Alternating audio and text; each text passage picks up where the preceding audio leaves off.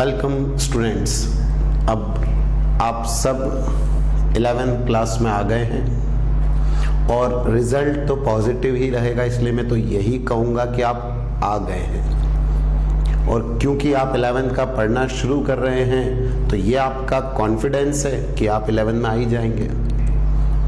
तो बिना किसी देरी के हमें अपने आगे के फ्यूचर को ध्यान में रखते हुए अपनी पढ़ाई को शुरू करना है। अभी कई बच्चों के मन में कंफ्यूजन रहेगा, सर हमारे पास बुक्स तो है ही नहीं, हम कैसे पढ़ेंगे। तो इसकी चिंता आपको बिल्कुल भी नहीं करनी है। मैं आपको सारा मटेरियल सारा आपके नंबर पे सेंड करूंगा। आपको सिर्फ यहां से जो पढ़ाया जा रहा है उसको प्रॉपर आप नोट करें, एक कॉपी में प्रॉपर लिखें। जब अपने आप चैप्टर्स कंप्लीट होंगे फिर आप इंटरनेट की मदद से क्वेश्चंस करें, आपको बनेंगे। शुरू में नहीं करना है। जब तक मेरे टॉपिक कंप्लीट ना हो मैं खुद आपको बोलूंगा, फिर वहां से ही आप शुरू करेंगे, ठीक है। तो फर्स्ट हम लोग हमारा टॉपिक फिजिक्स में पहली यूनिट से शुरू करेंगे। पहली यूनिट में जो हमारे पास फर्स्ट पार्ट है, first chapter, that is units and measurements.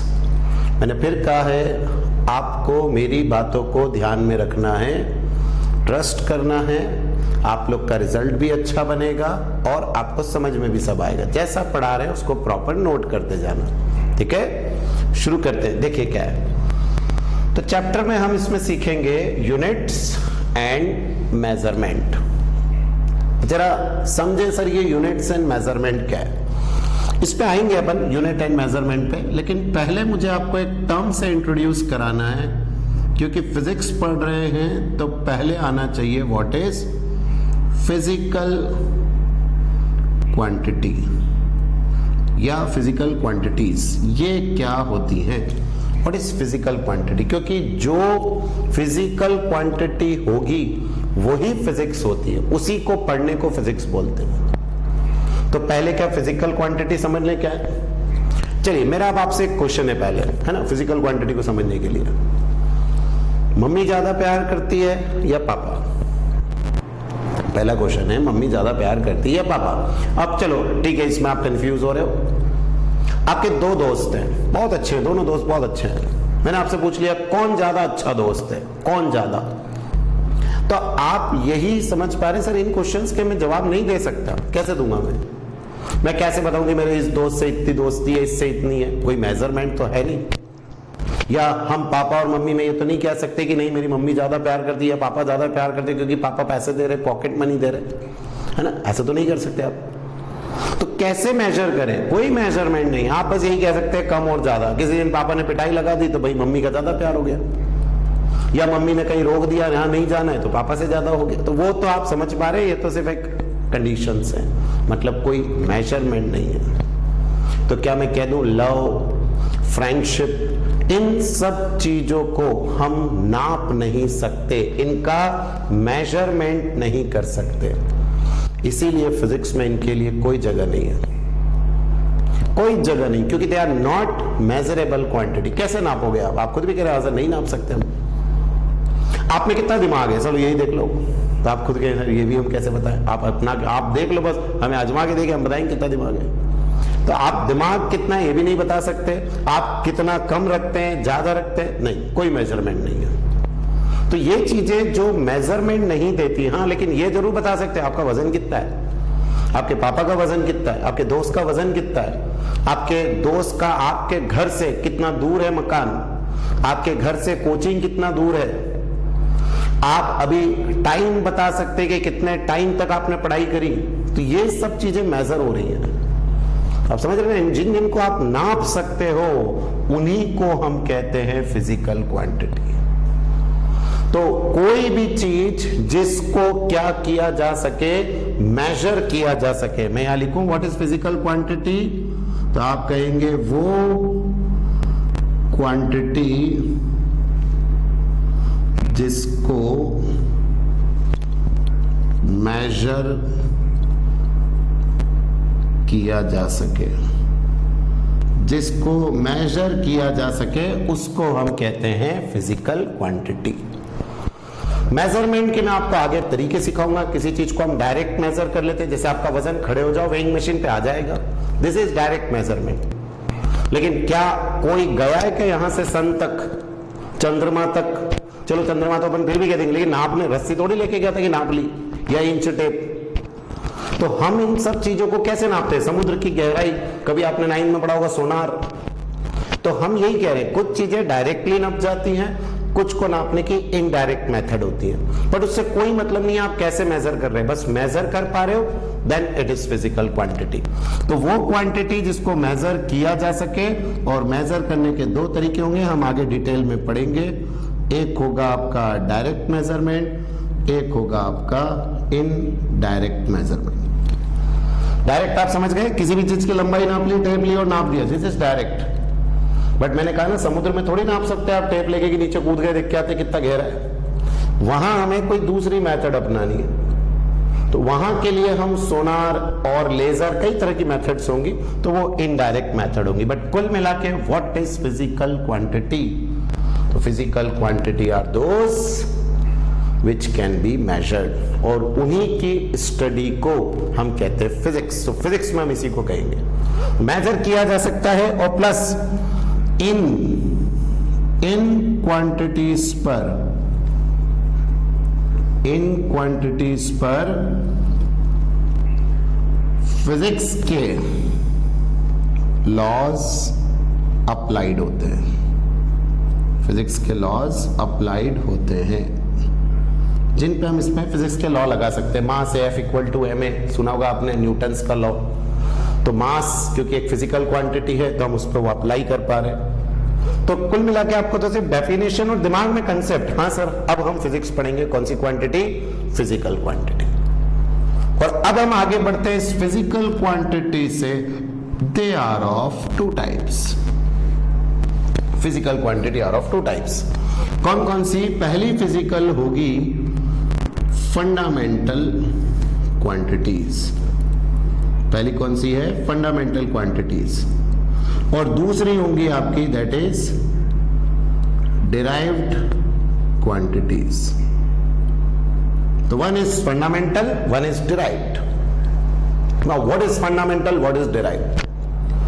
Fundamental quantity को कई बार हम लोग बेस क्वांटिटी भी बोलेंगे, है ना। तो ये एक और वर्ड है, आप अगर ध्यान रखें, बेस क्वांटिटीज भी बोलते हैं। आता हूं मैं फंडामेंटल और डिराइव्ड पे, बट इसको समझाने के लिए एक एग्जांपल जरा बताएं। इंग्लिश में कितने अल्फाबेट होते हैं? कितने अल्फाबेट हैं? उम्मीद है सबको मालूम है, 26 अल्फाबेट है। तो अल्फाबेट तो है 26, बट क्या आपको ये मालूम है कि पूरे दुनिया में वर्ड कितने हैं? वर्ड कितने हैं? आपने सर ये कैसा क्वेश्चन है, वर्ड की तो कोई गिनती ही नहीं है, कितने भी हैं। अच्छा चलो आप कोई सी भी बुक उठा लो, इंग्लिश में लिखा होना चाहिए बस, कोई सी भी बुक उठा लो, उसमें कोई सा भी वर्ड देख लो, क्या उनमें होंगे तो वही 26 अल्फाबेट? कोई नए से तो बना ही नहीं रखा होगा, चाहे फिजिक्स की हो, चाहे केमिस्ट्री की हो, चाहे इंग्लिश की हो, होना छपी हुई इंग्लिश में चाहिए। फिर आप उसमें चेक करिए क्या आपको हर वर्ड में वही 26 अल्फाबेट मिलेंगे, बस कोई 2 बार, कोई 1 बार, कोई आगे कोई पीछे, ऐसे ही होता है। तो अगर मैं आपसे कहूंगा 26 अल्फाबेट में हम सबसे पहले अपनी ही स्पेलिंग लिखते हैं, एप्पल्स। तो जरा बताएं क्या इसमें कौन कौन से अल्फाबेट है? ए 2 बार P, 1 बार L, 1 बार E, 1 बार S। तो क्या वो तो है तो वही 26 में से, बट एक नया वर्ड हो गया। फिर अगर हमने एक और नया लिया CLASSES, तो बताइए इसमें फिर से नया वर्ड, बट है तो वही 26 अल्फाबेट में से कुछ। तो मैं आपसे क्या कहने जा रहा हूं, ये जो 26 अल्फाबेट होते हैं इनको कहते हैं फंडामेंटल क्वांटिटीज। और यहां इंग्लिश के लिए मैं इनको कह दूंगा फंडामेंटल लेटर्स। और फिर इन लेटर से मिलके जो आप बनाते हैं वर्ड, दे आर डिराइव्ड, क्योंकि उनसे उत्पन्न हुए। डिराइव्ड का मतलब आपको पता होना चाहिए, किसी चीज से निकला हुआ। तो फंडामेंटल हुआ ये 26 अल्फाबेट, और इन 26 अल्फाबेट को आपने रीअरेंज करके नए नए वर्ड बनाए। बस वैसे ही हम इन फंडामेंटल क्वांटिटी से क्या बनाते हैं? Derived quantities. और आप नाम से समझे ना, डिराइव्ड मतलब क्या होता है, किसी चीज से निकला हुआ, दिस इज डिराइव्ड क्वांटिटी। तो समझ में आया फंडामेंटल एंड डिराइव्ड। नाउ अब सर कौन कौन सी होती है फंडामेंटल? जैसे अल्फाबेट तो सबको मालूम है, ABCDEFGHI, वैसे ही फंडामेंटल भी। अब देखो जब छोटे थे तो ABCD याद करते थे, अब बड़े हो गए तो ये याद करेंगे। तो जैसे आपको ABCD याद हो जाती थी कि नहीं, वैसे ही फिजिक्स की ABCD ये है, इसको याद करना है आपको। ठीक है, तो कभी भी मैं पूछूं तो आप क्या बताओगे? फंडामेंटल क्वांटिटी, सबसे पहले मास, दूसरा लेंथ, तीसरा टाइम, चौथा टेम्परेचर, पांचवा करंट, छठा लुमिनस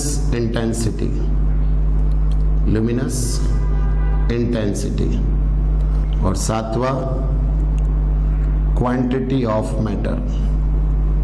बस ये आपके सेवन फंडामेंटल क्वांटिटीज हैं, इनको आपको याद रखना है। 26 अल्फाबेट, फिजिक्स की 7 fundamental quantity, mass, length, time, temperature, current, luminous intensity और क्वांटिटी ऑफ मैटर। इन 7 से ही पूरी फिजिक्स बनेगी। जैसे मैंने कहा ना, हर वर्ड किससे बना हुआ है?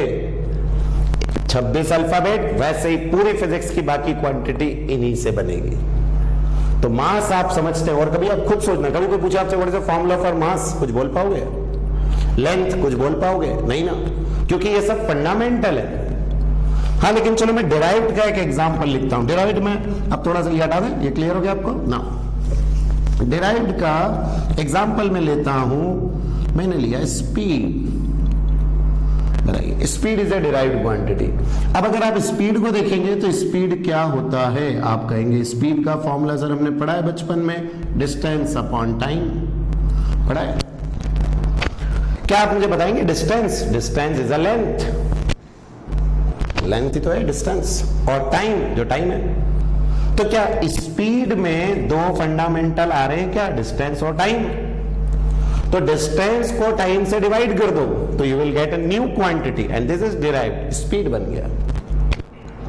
तो आप समझ पा रहे? अच्छा सर ऐसे होता ही है। चलो और आसान एग्जांपल लेते हैं, जरा बताइए वॉल्यूम। वॉल्यूम समझते हैं आप? क्या होता है volume? Length into breadth into height.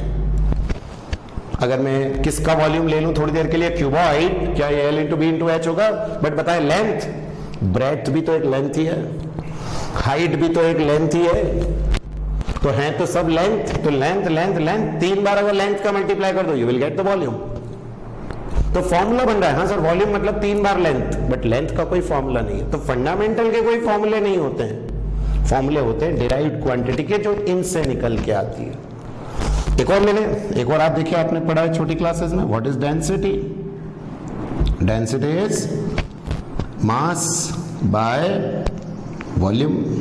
Mass by volume is the density. अब मास तो मास है, और मैं वॉल्यूम को अब लिख दूं क्या? 3 बार length, length multiplied by length multiplied by length, ये हो गया। तो आप मुझे ये बताइए कि क्या डेंसिटी में भी आ तो वही फंडामेंटल रहे, मास और 3 बार लेंथ। तो बस यही चीज है आपकी कि what is fundamental and what is derived. तो fundamental is this 7 quantity are fundamental, मतलब ये फिजिक्स की बेसिक क्वांटिटीज हैं। इन्हीं को जोड़ जोड़ के मल्टीप्लाई करके, किसी से डिवाइड करके हम नई नई नई नई क्वांटिटीज बनाते हैं। तो जो नई क्वांटिटी बनेंगी वो होंगी डिराइव्ड, जो बेसिक है वो फंडामेंटल। तो ये धीरे धीरे आपको याद होंगी, बट समझ में आ रहा है ये फिजिक्स की ABCD, अगर ये सीखोगे तभी तो आगे बढ़ोगे। तो fundamental quantity, derived quantity and what is physical quantity, आया ये समझ में? जल्दी से इसको नोट डाउन कर लो।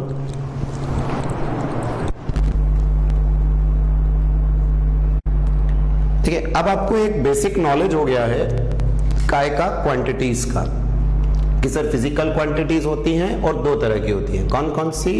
एक है आपकी फंडामेंटल और एक डिराइव्ड। अब मैं आपको जो नेक्स्ट बताने जा रहा हूं वो है 2 वर्ड जिसमें आपको डिस्टिंग्विश करना है, बहुत ध्यान से सीखना।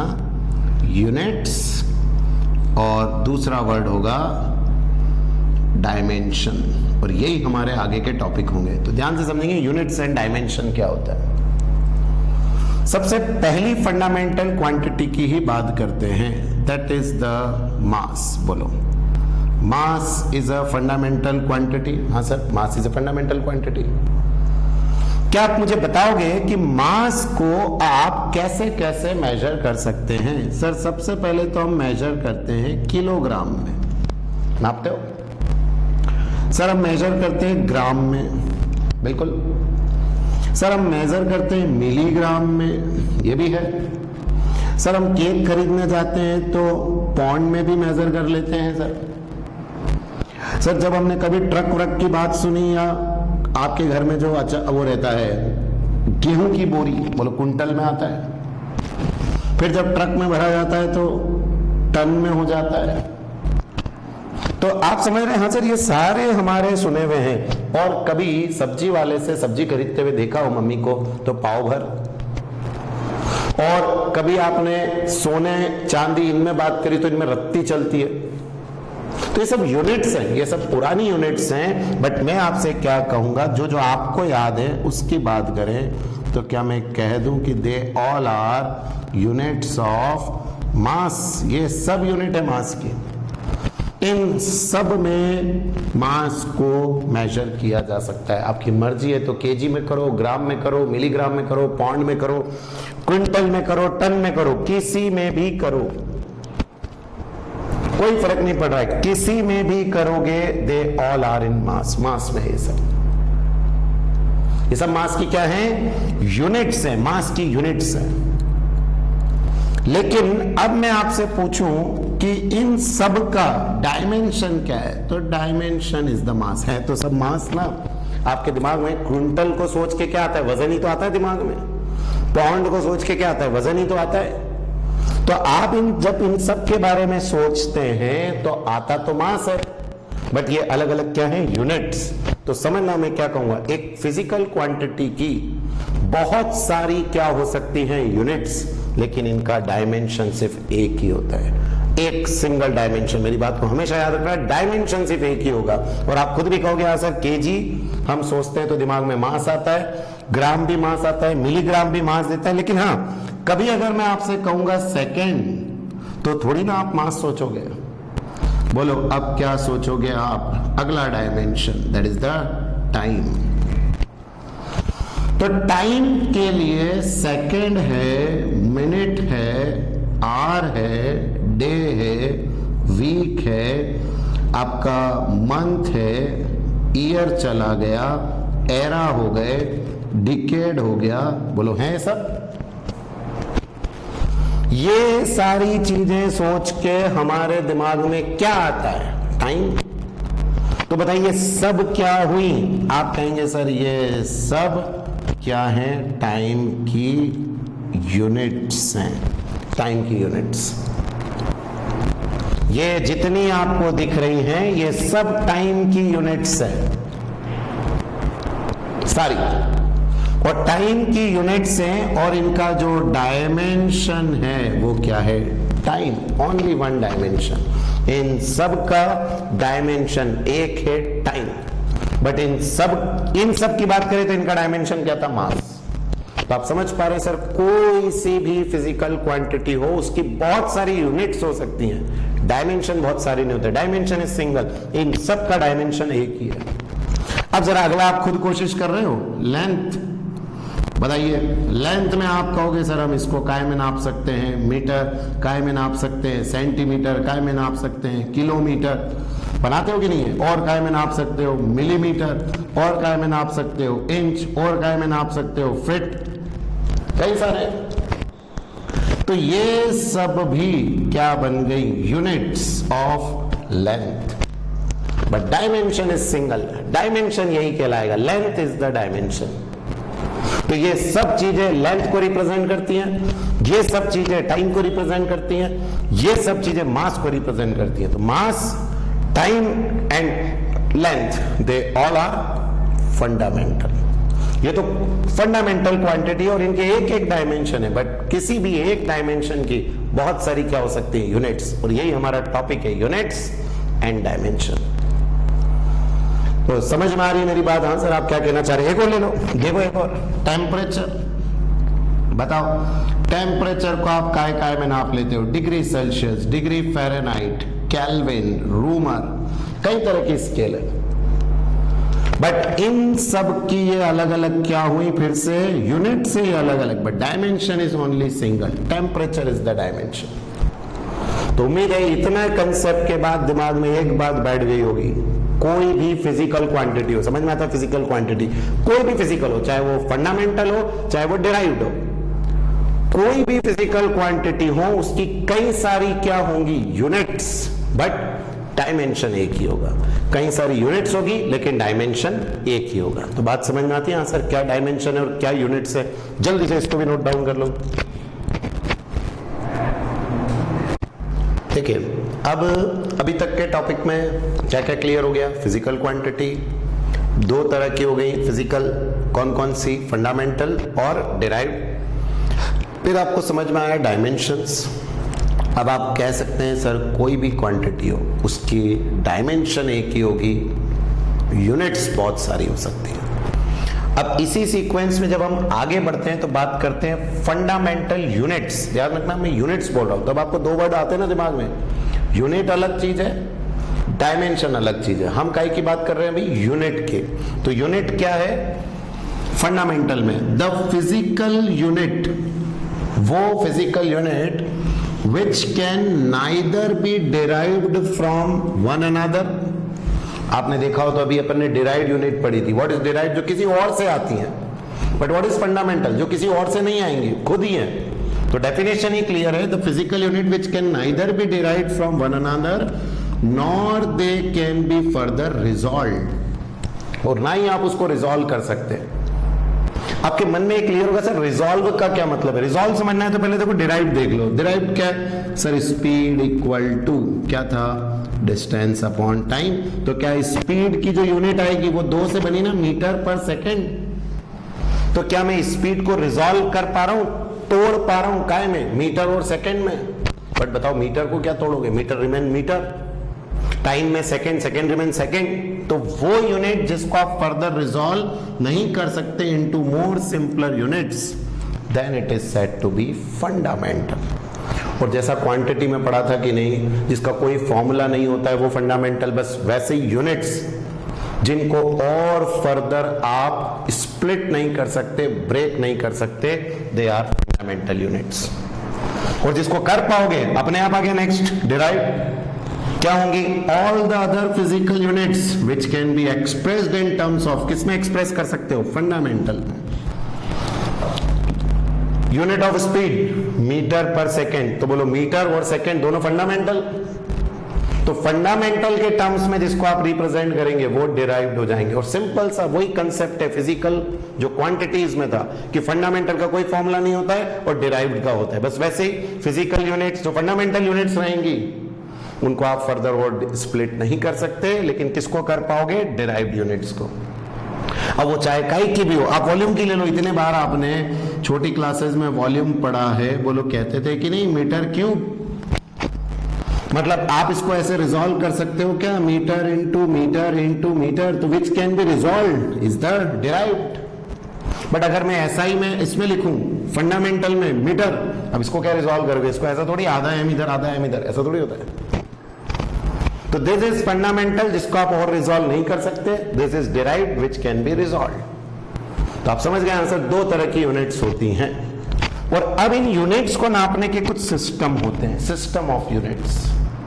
इन यूनिट्स को नापने के कुछ सिस्टम है। तो a complete set of units which is used to measure all kinds of, अब वो चाहे फंडामेंटल हो चाहे डिराइव्ड हो, दोनों को नापने के लिए, फंडामेंटल हो या डिराइव्ड हो, उसको नापने के लिए जो सिस्टम बनाया गया है उसको कहते हैं सिस्टम ऑफ यूनिट्स।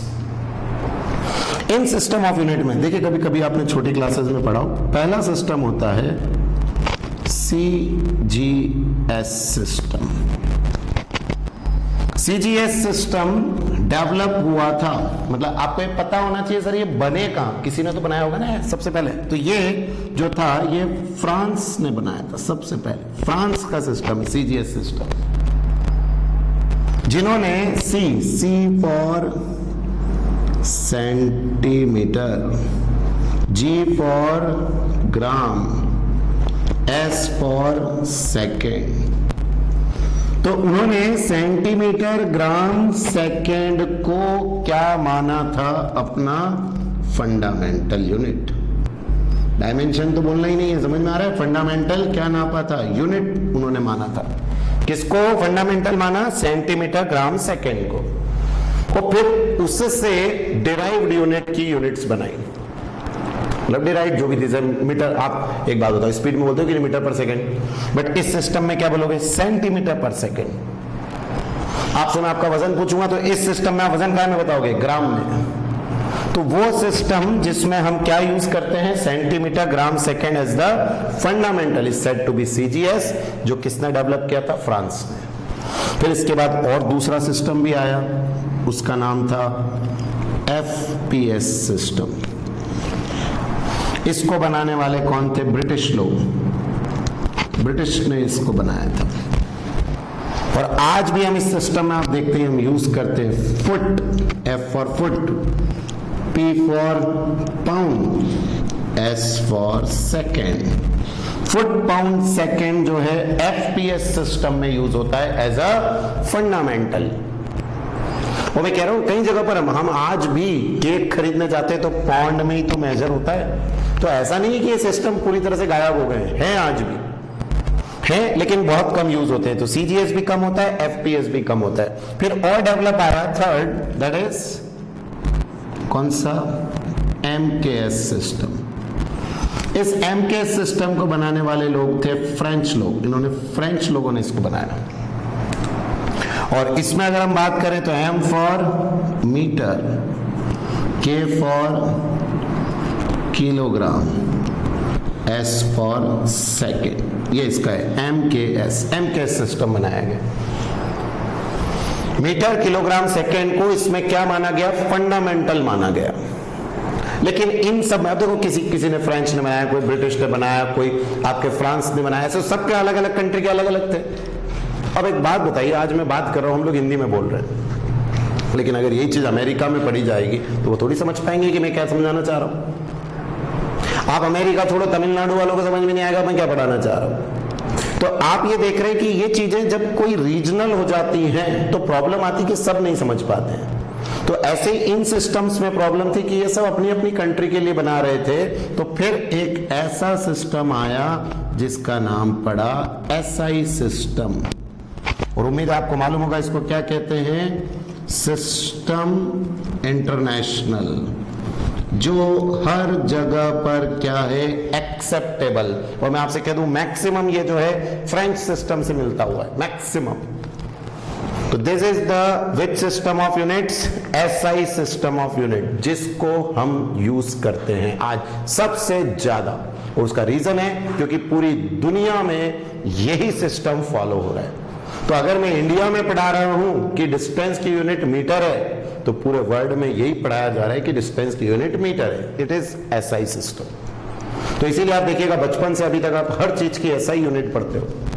तो बाकी यूनिट पढ़ने वो अलग बात, बट एसआई तो पढ़ना ही पड़ेगी, ताकि कभी आप दूसरी कंट्री में भी पढ़ने जाएं या रिसर्च करने जाएं तो आपको नई प्रॉब्लम फेस ना करना पड़े कि वहां फिर नर्सरी में भर्ती हो जाओ। ऐसा तो नहीं है, वहां का सिस्टम अपने को पहले से पता है, हम जो पढ़ रहे हैं वो वहां भी काम आएगा। तो क्लियर होता है आप सभी को वहां सर अपन क्या बात करना चाह रहे हैं। इसी में मैं आपसे कहूं, जैसे लैंग्वेज की भी बात करूं, हमें कुछ भी आया ना है, इंग्लिश आना क्यों जरूरी है, क्योंकि पूरे वर्ल्ड में एक्सेप्टेबल है, इट इज इंटरनेशनल लैंग्वेज।